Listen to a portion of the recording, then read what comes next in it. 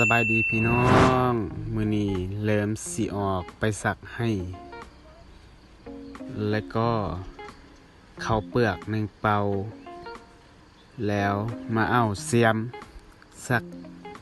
เพราะว่ามันบ่มีผลเด้อปีนี้มันแห้งแล้งแล้วก็เอาเสียมมาสักแล้วก็ป้อนใส่ข้าวยกเป่ามาแบกใส่บ่าแล้วก็ปงใส่บ่รถจักรก็เลยมินดีแล้วก็ไป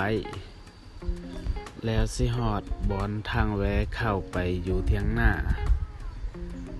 ก็เลยแวะไปเข้าใกล้สิฮอดแล้วฮอดเทียงหน้าแล้วก็ไป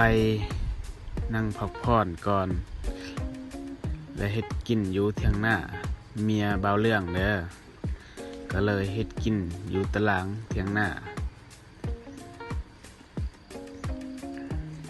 เอาผ้าปิดไว้หมอแล้วดังไฟเอาไว้มาแกะเพื่อสิออมใส่กระดูกงัวประมาณ2โลพี่น้องนี่เข้าไปประมาณ2กรัม3กรัมนี่แหละก็เลยเอาสิ้นงัวมาป้อนใส่หม้อ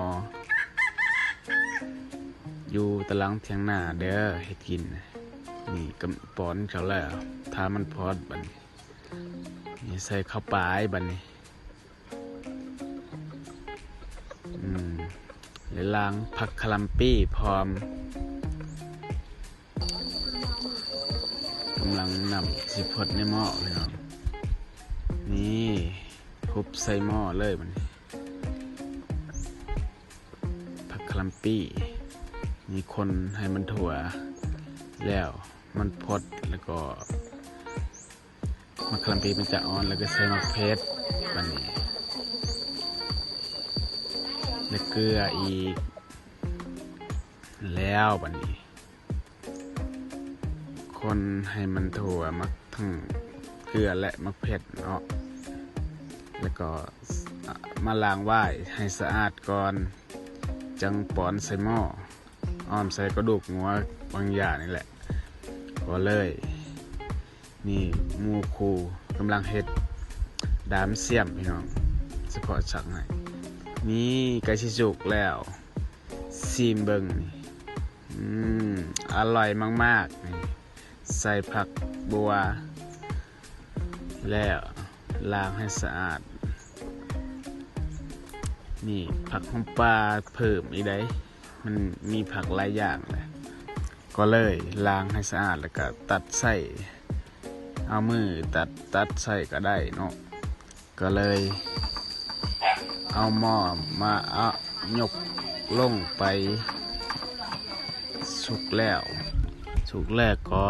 หมู่คูมาตักซอยแตงผ่าอาหารเริ่มกินแล้วบัดนี้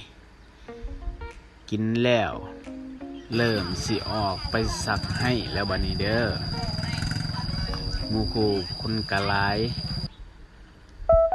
แบบผู้เอาให้งอกให้งานนี่นะผู้ไปส่งหรือก็ผู้ไปเอาให้งานยามฤดูสักให้นี่แบกลงไปบนหน้าพายเขาหลังพายนี่เด้อกระเป๋าก็แบกเอาแหละแบกใส่บ้านนี่แหละเพราะว่าให้มันไกลแต่เที่ยงนานะก็เลยข้ามไป2ห้วยนี่หักกันห้วยนึงห้วยที่2เริ่มสิขึ้นติดกับนาให้เลยพี่น้องนี่กำลังย่างไปตามขั้ว 2-3 อันบัดนี่หอดนาให้แล้วแบกขึ้นผูหน่อยนึงแล้วหมู่ไปตามล่างพี่น้องนี่กำลังสุ่มแซวเพื่อสิแบ่งปันเข้าภูละทงนี่ใส่ปุ้ยป้อนใส่ข้าวเปลือกนี้คนแล้วก็ให้มันทั่ว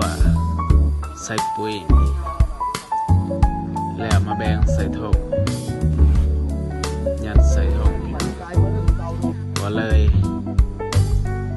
เอากระยังอีกบอลใส่กระยังแล้วก็ซักแล้วบัดนี้เบิ่งเอาเด้อกำลังซักแล้วก็นำไปพร้อมมือเบื้องนั่งก็เอาข้าวเปลือกมาปอนมือเบื้องนั่งเอาเสียมมาจัดดินนี่กำลังเฮ็ดพี่น้องนี่มือเบื้องหนึ่งปอนสิเขามือเบื้องหนึ่งเอาเสียมทุบดินแล้วยังเหลือแต่น้อยเดียวข้าวเปลือกเต็มเป่าหนึ่งเป่าสีเขียวนี่เริ่มสิเมื่อแล้วบัดนี้มาพักผ่อนก่อนหน่อยนึงแล้วฮอดเที่ยงหน้าและพักผ่อนพี่น้องนี่กินเปิดน้ำหวานน้ำกาแฟพี่น้องเพื่อ